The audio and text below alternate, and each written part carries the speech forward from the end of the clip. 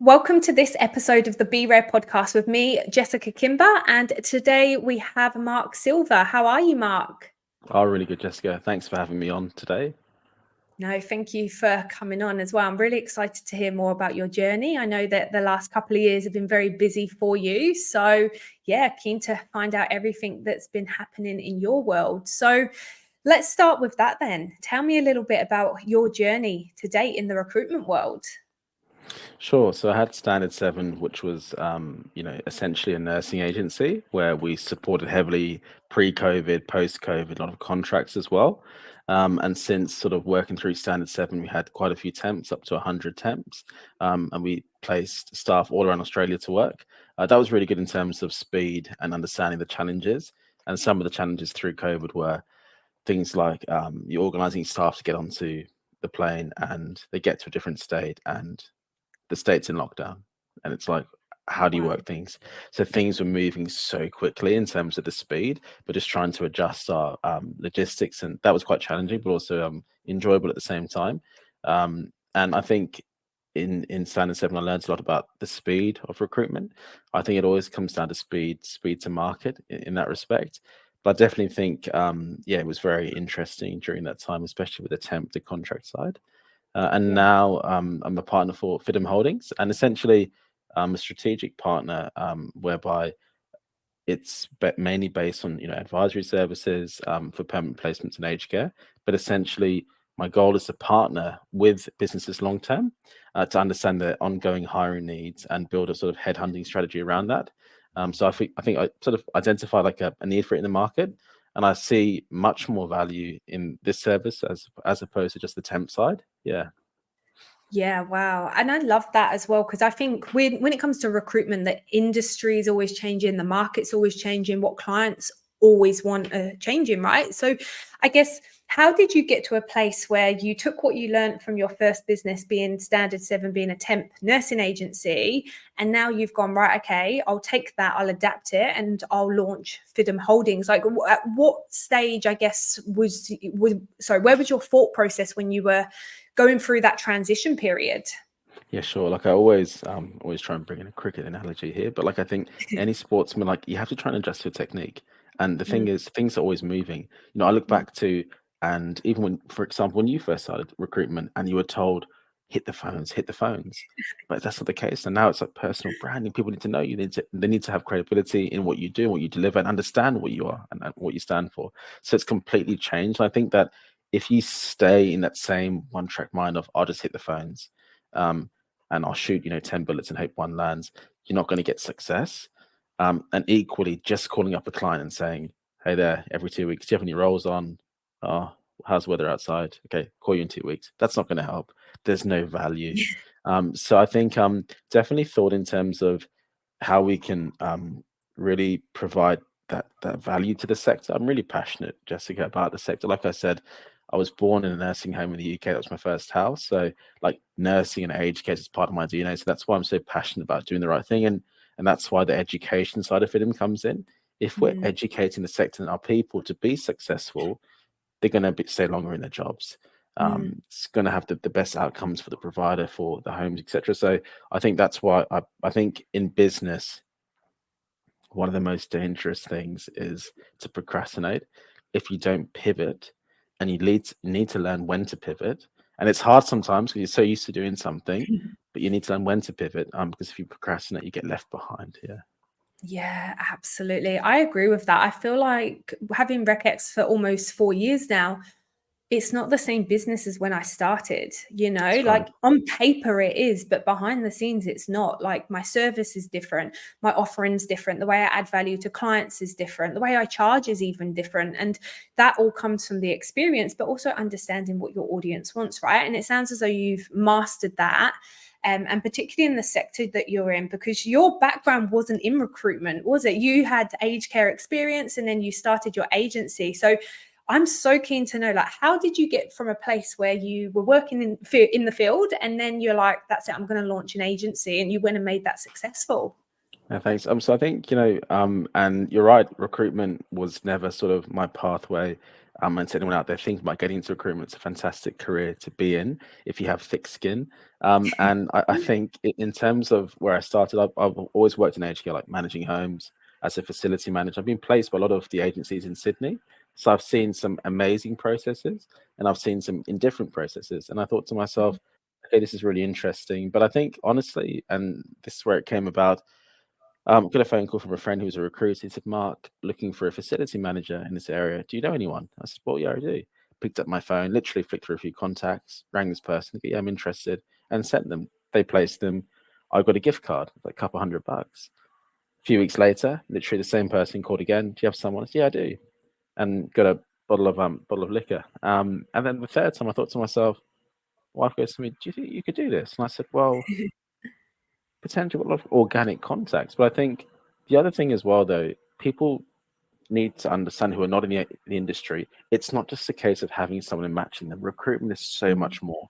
And the thing is, that's why I have a lot of respect for recruiters, because you wear so many different hats. You're counseling someone, you're taking them through a process of, look, it's okay to be a resignation, and this is a step forward. And managing those emotions and expectations of the clients as well.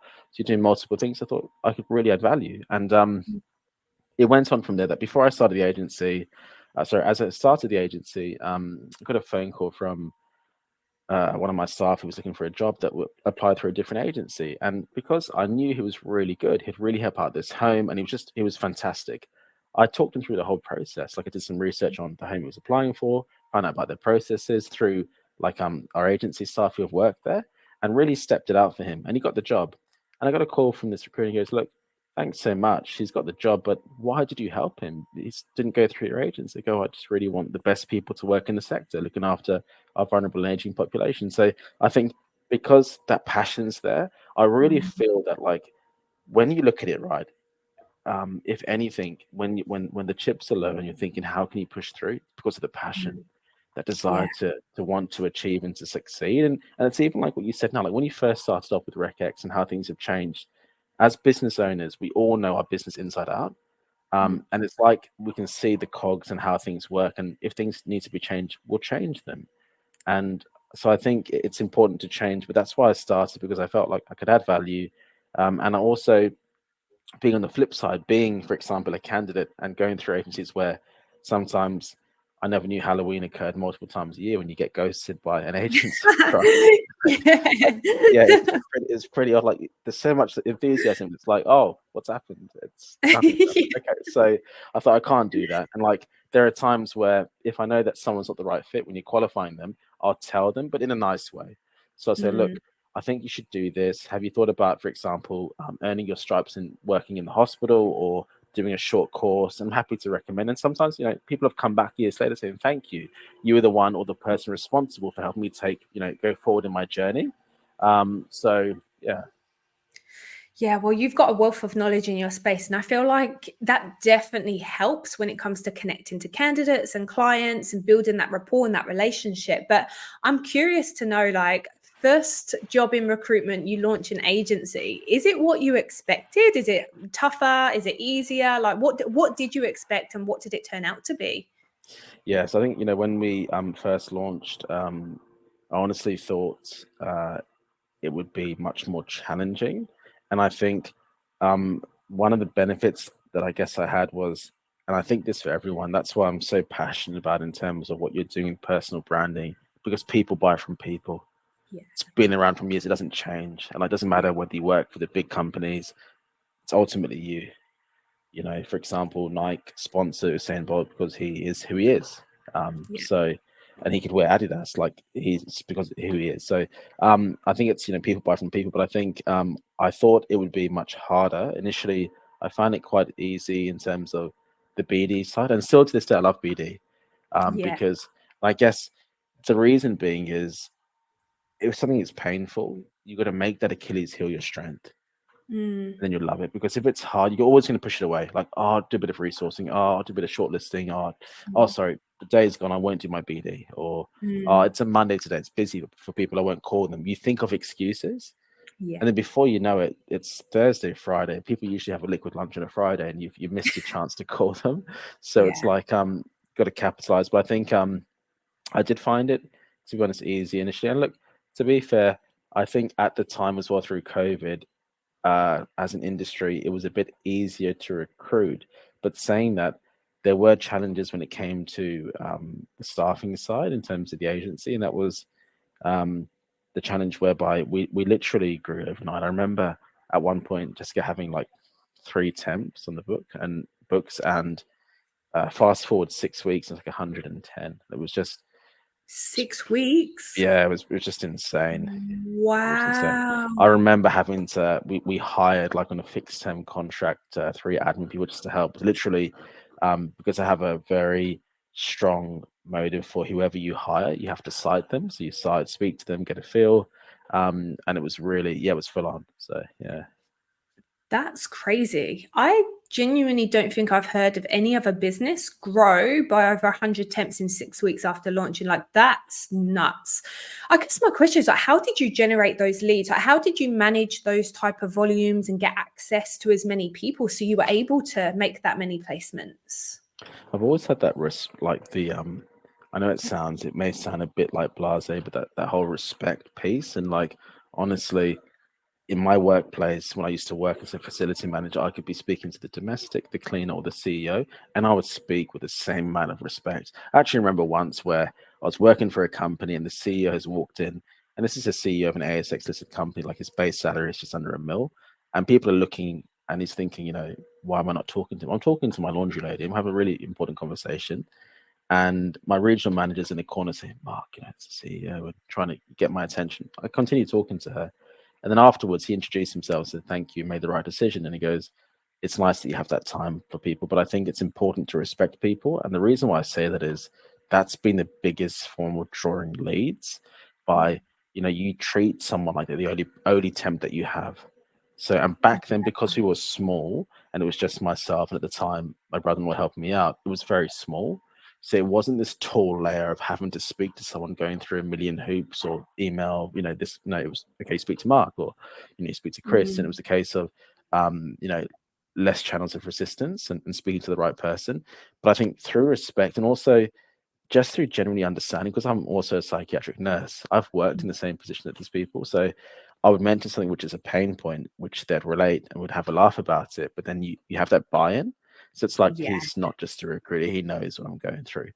Yes, so important. That understanding piece. This is something I teach in the personal branding that I teach as well, is that understanding is critical, because if there's a gap between what you deliver and their expectation of what you can deliver, there's just not a match. So I love that approach. And I know you've got a sales background as well. So keen to know, do you think your sales background enhanced your ability to become a recruiter very quickly? I think so. Like, I remember coming to Australia, and I've always been, I believe that we're all in sales. Like, I think sometimes people don't like that word. I think it's a dirty word, or, I'm not in sales. I don't do that. But you could be anyone, a butcher, you could be an architect. You're selling your services, you're selling your skills. But I think, being in sales from a young age, it did definitely help. I think one of the first jobs, I think I was about 14, and I was selling, double glazing windows in the UK. And I realized, as you do. So realize a little hack there. So, but yeah, I think we got paid per appointment. So we got £30 per appointment. So if we made an appointment, so I rang up my mates. It's like, do you want £10? They're like, yeah. I go, is your mum home? She goes, yeah, someone's come around in an hour. So that helped for the short term. But I think in terms of the sales process, I think it did help. I would definitely say it did help, because you want to know, number one, and it's that sort of saying that no one wants to be sold to, but I think everybody wants to help. Everybody has a story. So I can recall when I first came to Australia, wanted to get in the property market, get a house. I went into corporate sales, selling Mercedes Benz. I remember, don't get me wrong, I love cars, but I'm not a car nut, so I didn't know much about them. I was a people person. So if you came in to look at a car, I'd have all the iBooks saved on my phone. So the moment I went to go and grab the keys, I'd just be looking at a few things depending on the conversation. But I just remember the respect piece. So often, for example, you'd have husband and wife come in and the car's with the wife. And the reason why I was successful, because what would happen normally is automatically salespeople would speak to the man. because they think, oh, it's a car. But I wouldn't, because it's not for him, so it's for his wife. So you'd be talking, it's like, oh, you've listened to me, no one's done this.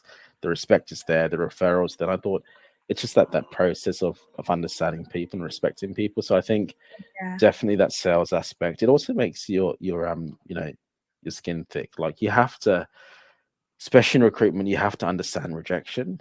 And Yeah. it is hard, don't get me wrong, because you're planning your week and you're thinking, great, everything's going really well. And then sometimes your candidate doesn't show up to the interview and they go MIA. And it's like, right, what am I going to tell the client? How is that going to look? But they also understand. I think it's that process of just getting up again and going. But I think, yeah, definitely that sales process helped. Mm.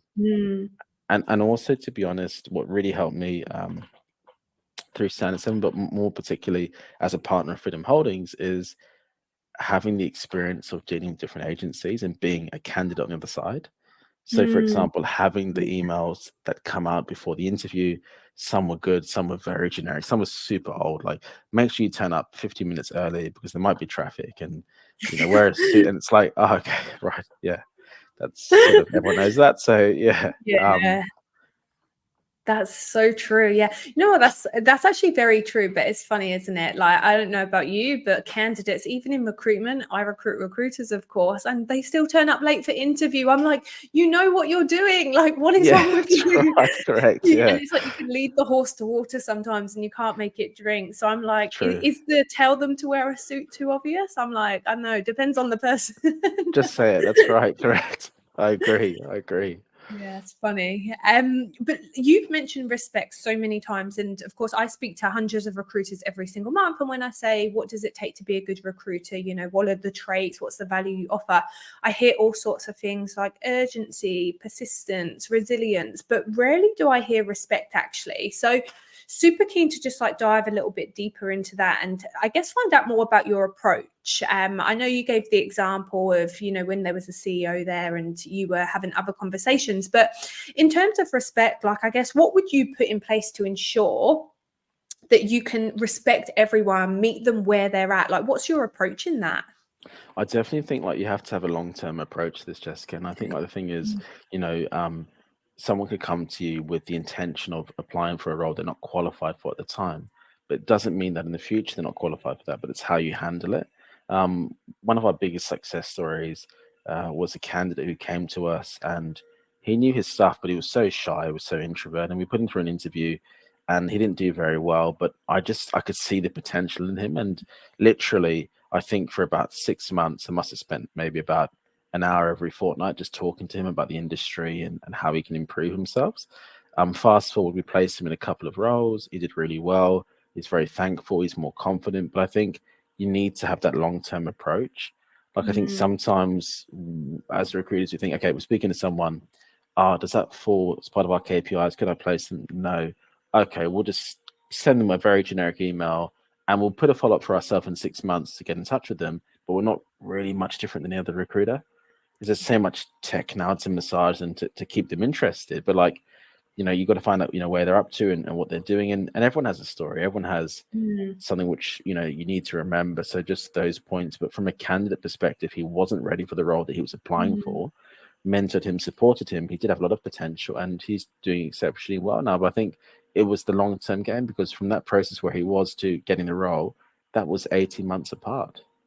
Yeah, wow. So Okay. yeah, I love that. And I've always seen the benefit of being a long term value based recruiter who's very consistent as opposed to transactional and trying to make a placement today. Like a lot of my strategies, lead generation, conversion, marketing, they are actually all long term strategies. And that's worked well for me, but you definitely need to be patient sometimes. And I'll admit that this has definitely happened to me and still happens to this day. Like I have good intentions to play the long game with everyone and give every candidate that care that you've mentioned, but the reality is I don't have enough hours in the day to give everyone that mentorship, which I wish I did, but I don't. So I guess my question to you is like, how do you manage your time when you can see the potential but there's not a reward and you've got a million other things happening that need your attention? Like, how do you manage your time and your priorities?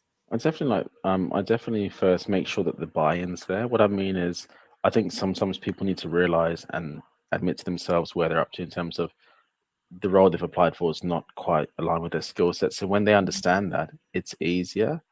But if someone's combative and they think, no, I need to get that role and I need this job, and they're not where they need to be, then you can't work with them. Yeah. So and it sounds real basic, but like if they have common sense and a good attitude, I would take 50 of those people versus Yeah. someone with experience and attitude, because it's so hard to out train bad habits. But I think Yeah. that number one, but also number two as well, like you made a really good point. And whilst we'd love to, it's almost a separate arm and a separate division, but like with mentorship, I'd love to be able to mentor every candidate, but simply that's not going to pay the bills or keep the lights on. So you definitely have to prioritize in terms of what you're looking at and what you're doing. But I think the benefit was previously when we had standard 70 agency, we could also give them shifts. So it's Mm. like, okay, you're not ready to be a facility manager, but look, there's a short stint here for a week. It's a bit of a challenging site. See how you go. Yeah. So that sort of fed in with the mentoring in a way which I was still remunerated, I guess, for their time as a temp. Mm. And it tied in with how was your week? Did you have some challenging scenarios? Let's go over them. Let's think of some solutions together. And it sort of tied in as opposed to just dedicated mentoring services where I wouldn't benefit, if Yeah. that makes sense. So Yes. Okay. That definitely makes sense. That's so interesting. And that's making me think as well in terms of types of verticals that people recruit as well, because each and every business is set up differently. And in my experience and in my opinion, I find the easiest and fastest way to recruit is if you have clients and candidates whose job titles are aligned. So what I mean by that is if you recruit nurses, all of your clientele is managers of teams of nurses, for example. Because then if you start adding other jobs into the mix, other levels, private, public, different facilities, I find it can get a little bit confusing. So that's actually one of the reasons I do rec to rec. I'm like, I recruit agency recruiters for agencies. Any vertical's fine, because quite often people can transfer easily because yes, the skill that's is right. in the recruitment. So it's not so much the Correct. vertical, but I wouldn't then recruit like a BDM for an IT company. And then because my time's too thinly spread, I can't physically service that. So it sounds as though in your experience, you've also been quite niche in terms of your verticals and who you've serviced. So I guess what would your advice be for recruiters in terms of centralizing that to ensure you've got options for everyone? Yeah, I think like it really comes down to making sure that you're confident in what you're doing, and I think, and we talk about this, and like I smile sometimes when I look at other recruiters' websites. We'll look at our competitors, but I think you'll see a website. And it's like we use cutting edge technology, and it's like no, you don't. Every CRM is available to the public unless you've got your own proprietary product. Like it's the same thing. Like unless you're telepathic or something. Like no, there's no cutting edge technology. It is what it is. So it's Yeah. like what strip everything away, take away someone's CRM, take away their LinkedIn profile, take away everything. What's your wealth as a recruiter? The same principle of wealth. Yeah. So what wealth do you have? So I know for a fact I could put you into a room now unprepared and you could speak about personal brand and you could talk to the room. You could engage because you know your stuff.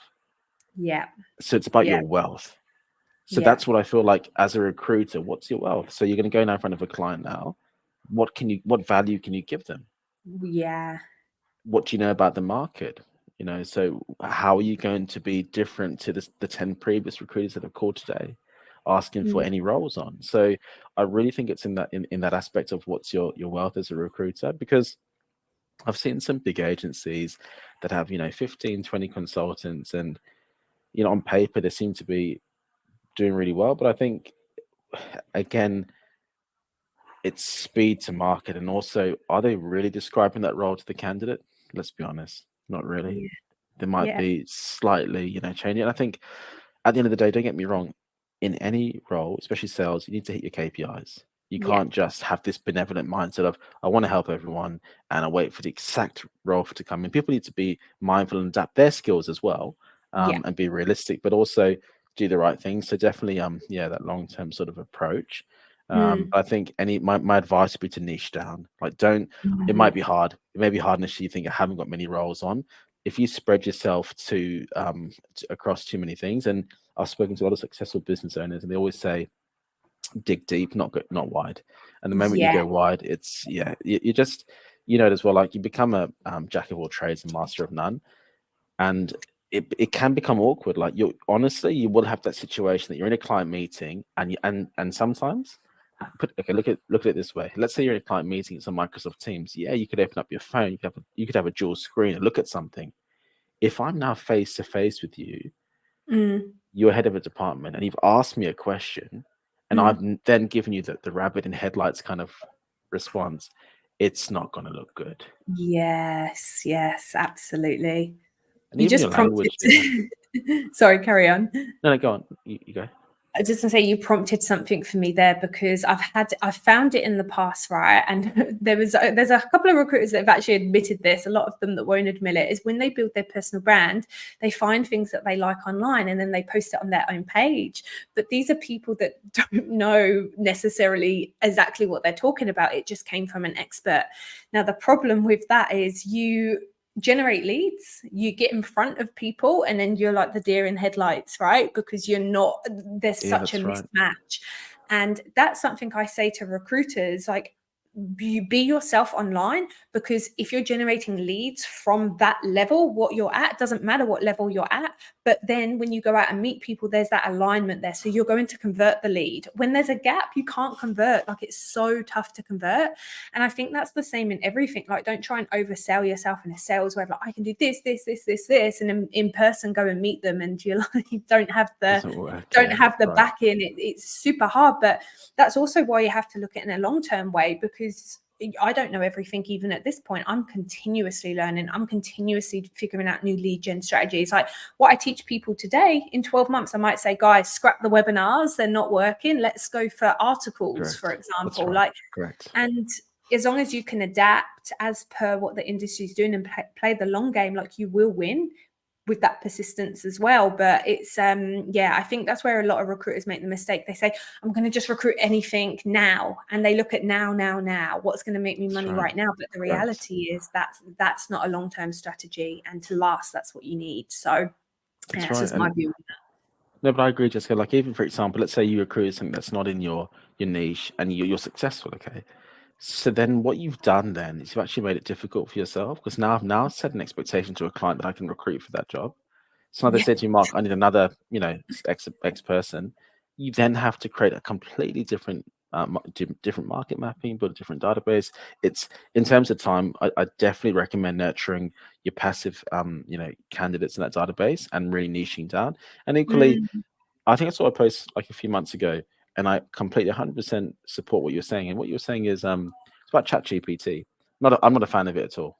Not one bit. Unless I've got some stuff in the fridge and I need to make something, that's when I use it. But like, as a dad of, such a good idea. Yeah, I love that. As a dad of 3, he's not very good in the kitchen. I'll just put that in there. That's the only time I use it. But like, at the end of the day, you're so right. The moment you see this American spelling, this whole hero tone of voice, it's rubbish. And guess what? Someone could read it, and again, you have a client meeting, you have a coffee, they're like, sorry, different person. And then that's the moment there's a misalignment. You lose your credibility, and you've lost all of that traction that you think that you had. So it's just not worth it. It worries me a little bit as well. And I'm not sure whether this is something anyone else considers, or whether my overactive brain just thinks too much. But I always think as well, like, if you as a person aren't living up to your outside persona, it knocks your own confidence. So what I worry about is when people are presenting themselves in a certain light, but they know they can't live up to it. So within themselves, they don't feel confident. They can feel all over the place because everything's just not aligning. So this is another thing I say to people, like, you're struggling with confidence, but yet you're trying to post things that you're not capable of. And nobody expects you to be capable of everything. People expect you to be able to fill their role. That's that. If you can fill a position, you don't need to know how to run a business, how to be the perfect leader, how to do this and that. That's not your place to do that, right? And this is what I try and teach people. And when I explain it like that, people say, oh, actually, that makes sense. I've been trying to post like leadership tips and I'm not a leader. And I said, but it's also not aligned to your skill set, and it's not coming across authentically. And then you stress out that you're not a good leader, but the expectations weren't there in the first place. Like, you should never have been posting about that. So I think it's ultra important to just make sure you're showing up as yourself. in my experience as well, and I'm keen to know your thoughts on this, is a lot of companies, a few less these days, but they used to post a lot of like corporate jargon and very corporate posts and professionally worded. But when I teach personal branding, and where I see the best results is literally type it as if you're speaking to a friend. So in your experience, because I know you're very authentic in the way that you show up and you're very honest, like what's your approach in terms of communication? Are you someone who's more formal or informal? Yeah, I think it's probably that stiff British upper lip being too formal, even with the emails. But I think no, I think you're right though. The moment that you feel like you need to need a dictionary or thesaurus to translate something, it's not going to help. You've got to speak to your audience, and Yeah. even you need to speak in a way that it's layman's terms. You're not patronizing, but people understand, and also they get to know you. They can understand, and it's not. And again, if you need to look at something, people won't look at it because they're not going to spend the time to understand what you're saying. Yeah. You actually go into the too hard basket, and they're like, no, okay, I just Yeah. don't worry about that. So I definitely Sorry. think just be who you are, and like even I think, especially being, a dad, so the dad jokes are there, but I always try and, if I'm meeting someone, try and break the ice, whether it's a joke or Mm, whether it's something, but just trying because you want there to be a bit of, smiling, a bit of laughter, that the relationship to be happy, so they feel comfortable to talk to you. But mm, that's no different when I was running a facility. You try and make it, if it's difficult or a hard situation, make it better. But you reflect who you are, like your personality needs to be there, because I've seen so many times where people have worked for different agencies and they become like robotic in what they do, and it's like, yeah, you can't, yeah, I feel you just got to be authentic. And mm. even you made the post the other day about the first thing you did when you got one of your commission checks for recruitment, and it's so relatable in terms of a lot of recruiters. I'm sure a lot of us are thinking, yeah, yeah, yeah, regret it, but also happy that we did that. But I think it's honest, right? Like it's honest. Like, I mean, yeah, you could be like super unauthentic and be like, I got my first placement. I decided to put all my money towards a CRM system to offset the overheads for the next 6 months. I was so well prepared. My accountant loved me. Like, it's you might get a couple of likes, like it's not going to be relatable. 100. So That's it. That's the key. It's the relatable, isn't it? Like if I was to post that I'm not only going to make every other business owner feel like absolute rubbish, yeah, because I that's mean, right. who If no one does does that? that, yeah, that's right. It's not relatable. People be like, oh, I don't Correct. want to work with her. She's way too strict on her time Yeah, and money. that's right. Like, I don't want to live like that. I Correct. like going out on the weekend. So, That's right. and that's what it's about as well. It's like you have to remember everyone's human, and we're in a human to human job ultimately. And that's what people want. They don't want that corporate language or anything too No. intense. I think it scares people off, in my experience anyway. But it's a tricky one, and I feel like having the confidence to show up is sometimes a bit of a challenge. But with confidence, we'll stay on this. Like, you've obviously worn so many hats, you've had multiple highly successful businesses, you've worked in the field, you've worked in sales. Like, how do you manage that process of like transitioning and backing yourself and your own ability to say, you know what, I may not know how to do that, but I'm going to learn? Like, what do you do to get yourself to that place? I think you know what. Really good question, by the way. But I think like everyone Mm, has their why, their reason why, and it's like, why don't I go and work for an agency, get a decent salary, play table tennis on a Friday, that sort of thing. Like, I mean, yeah. why do I do what I do? But I think everyone has a why. And I guess in my instance, it's my wife and kids. You want to give them the best life, and you want to do what's the best for them. So that's my driving factor. Like, contrary to popular belief, I don't have any inspirational quotes, even though Richard Branson and Stephen Bartlett, I guess, are my idols in terms of business. I've got pictures of my kids or their artwork from school, and that propels me on. So if I have downtime when I don't have Instagram, but like for example, I do doom scroll a lot on LinkedIn. So I've realized that like, and oh, that's inspirational. I'll just look at that. But it's like, hang on a second. So I've made a rule, like during working hours, I'll only open LinkedIn up on the computer. Mm, Then it's not the case of you're not just scrolling, like it's purposeful engagement and there's purposeful yeah. interactions. But yeah, I Yeah. think in that respect, you need to have a strong reason why. And also I think like Honestly, and without sounding silly, like recruitment in a way, it could actually be taught as a diploma course that people go and study, because there are so many facets to it. It really is. So that's why when people think you're just matching, this isn't Snap. So you're not just matching cards together. Otherwise, Yeah, everyone would be doing it. So yeah, it's not the case. And equally, I read this article and someone said, "Oh, with AI and tech, are we going to become redundant in 5 years?" And I think no. And I really think no. And the reason why, because again, that human connection. If it was a case, because even now there's enough tech now, there's enough technology, why don't providers just use that tech? Because there's mm, flaws, or the way that someone has described themselves to be an Olympic athlete when they're just a local member of the football club, it's very different. So it's not, yeah, you know. So yeah, I think definitely our roles are there, and it's about what we can do to yeah. obviously get the best out of our candidates and best outcomes for our clients, but describing things in a way that it's going to be effective. Yeah, Yeah.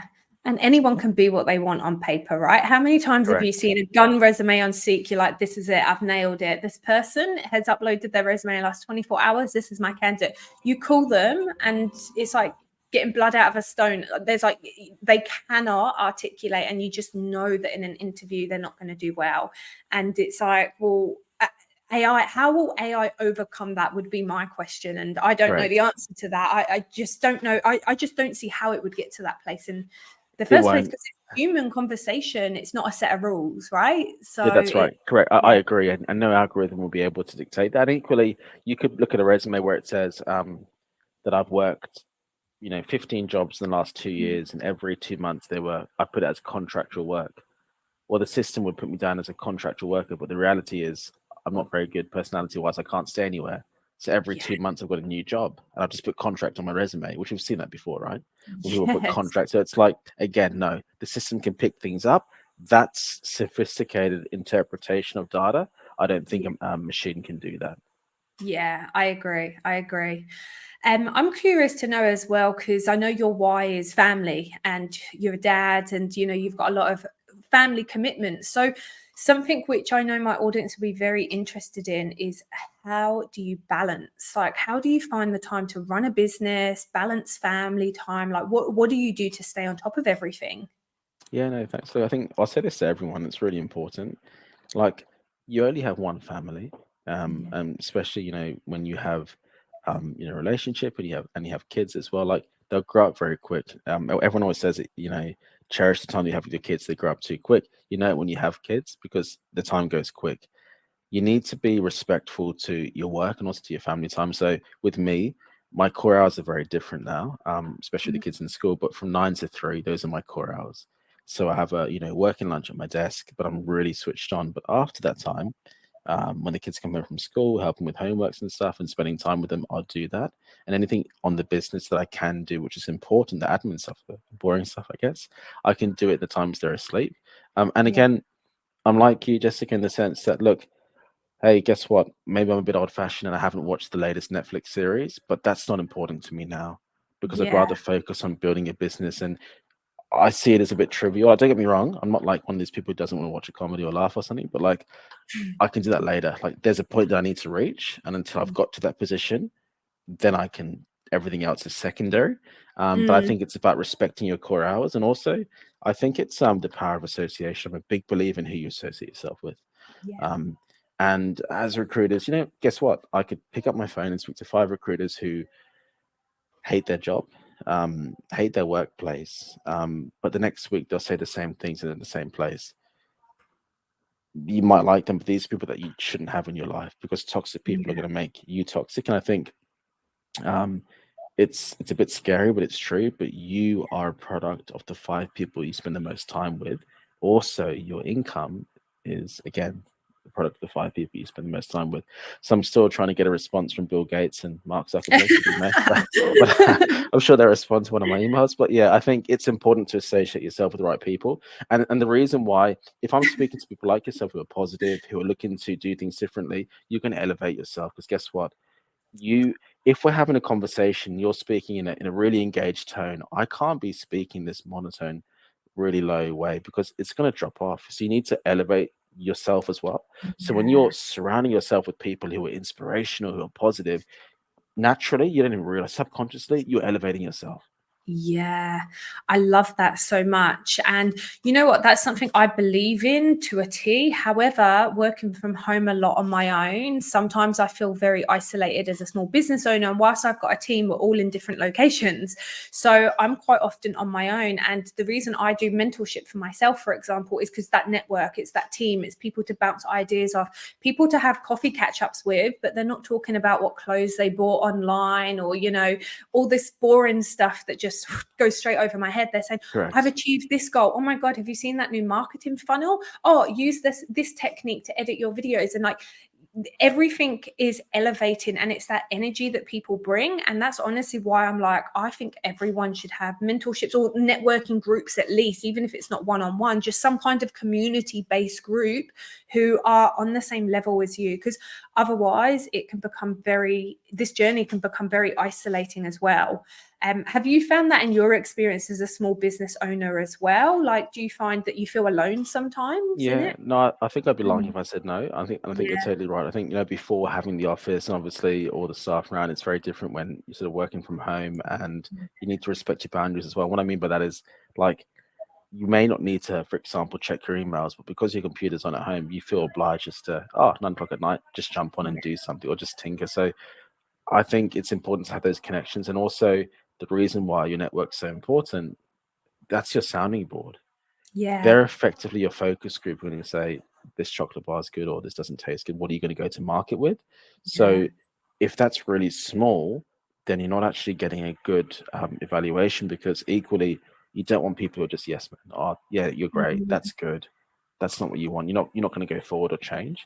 Yeah. And then also be tested as well. Like I think you know, you need to challenge yourself in a way that's going to help. I don't mean like recruiting in Mm. a different industry, but do things that's going to take you forward and help you. Yeah, Yeah, absolutely. I agree with that. And it's nice sometimes to just have someone to bounce an idea off, right? Because I don't know about you, but I've had it before where something's happened with work and I'm like, I don't know who to ask. Like my yeah, it's partner, he's hard. got a business, but it's a totally different industry. So yes, he gives me a lot of valuable insight and advice. But sometimes I'm like, right, I've got this like recruitment issue of like how to handle a particular conversation. And you kind of just got to wing it and learn from your mistakes, of course, but half the time I'm like, I don't know, if I'm in that circumstance, I'm like, right, what seems the most logical option, let's go with that and see what happens. And sometimes it's right, sometimes it's wrong, but it is nice to have people who have been through the journey, and everyone's had different experiences, and each and every person can add some form of value in the community group you're in. I love that kind of stuff. Yeah. In terms of like expanding your knowledge as well, I know you're a lifelong learner. Like what do you do to make sure you're always growing as a person? I think because, I guess having my training in psychiatric nursing, by Yeah. default, you have to do your CPD. So that's sort of by the by, and I do that every year. But I think I've always been fascinated with the way that we interact as humans. And I think Mhm. so things like, for example, uh, you know, personal development I'm a big believer Mhm. in, and I liken it to be like when you have an iPhone and it asks you, do you want to update your iPhone? You can choose whether you want to stay as you are and stay mediocre, or you can choose to advance yourself. So I think we're all a bit like plants. It depends on what we feed ourselves in the environment, if we can grow, whether we die, wither and die. Mhm. So I think it's about what you're reading, what you're learning, because I would much rather read, for example, an inspirational book on, how to win friends and influence people, like you mentioned in your post, because Love it. that's so much value. Like reading, for Yeah. example, a chapter of that rather than 20 minutes of, Suits on Netflix or something. I mean, that's going to give you value. That's going to help you. So I feel like even networking, and there's times where I've gone to networking events, which is not for recruiters, or it's not even anything to do with aged care, but you're a power of the people that you meet, because Mm. success really is that whole ABC: attitudes, breaks, and contacts. And I think Mm. it really is that the B and C, like who you have. Like you can have a good attitude and be likable, but Yeah. who are you speaking? Like which audience are you in front of, and who's listening to you? So I definitely think doing that, and to sort of be successful, and also who you're associating with. I definitely Mm. think that's important. Yeah, absolutely. I agree. What are your top 3 books for just general learning and personal development? So there's a few books I've been reading. One's obviously, How to Win Friends and Influence People. One is John C. Maxwell, The 21 Laws of Leadership, Okay, yeah. which I think that's really good as well. And there was another book that I'm just reading. I can't think of the title, but it's for the company Thank You, who made like the Thank You products, the water, the Thank You water. They sell it in Woolies and Coles and stuff. But it's called, yeah. So I bought that book, and that's very interesting because they're both doing really well. They're both the joint CEOs of the company, so drawing salaries of 350,000 each, and they're Wow. doing pretty good. And they got their products into Coles by essentially Coles said no, Woolies said no, and they got hired a helicopter with a sign outside of Woolies head office, and then they got a meeting. So it's pretty cool and bold. But like it's I think those sort of things, even like Stephen Bartlett, a lot of things that he says really resonate. But I Mm, think everyone, my biggest bit of advice to anyone who wants to be successful in the industry, find a mentor. Don't mm, try and change them. When you have that synergy with someone, you'll know it's the right person, and mm, that person will also be generous with their time. And what I mean by that is, you may have had, for example, an allocated amount of time with that person, but that person might be sending you emails or information, which, if you think about it, is separate to the time they've given you. But what they're doing is, and they're not doing it with that intention, but because they're helping you in an ethical way and you're doing well and getting results, you then feel obliged to continue with that person because the synergy is there. So you end up booking more sessions with that person or engage with them because they know their stuff, but also pick someone who's got skin in the game. Pick someone yeah. who's still in the industry because look, I've seen so many times, and not knocking these people, but they're like, we'll teach you to scale your agency and to do this. And it's like they were great recruiters 20 years ago.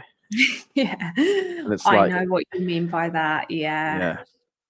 So I think from an L&D perspective, from a training perspective, again, things change so much, like, evidence-based practice and what we're doing and how we do things change. So pick a mentor who you have the synergy with, but who has skin in the game. Yeah.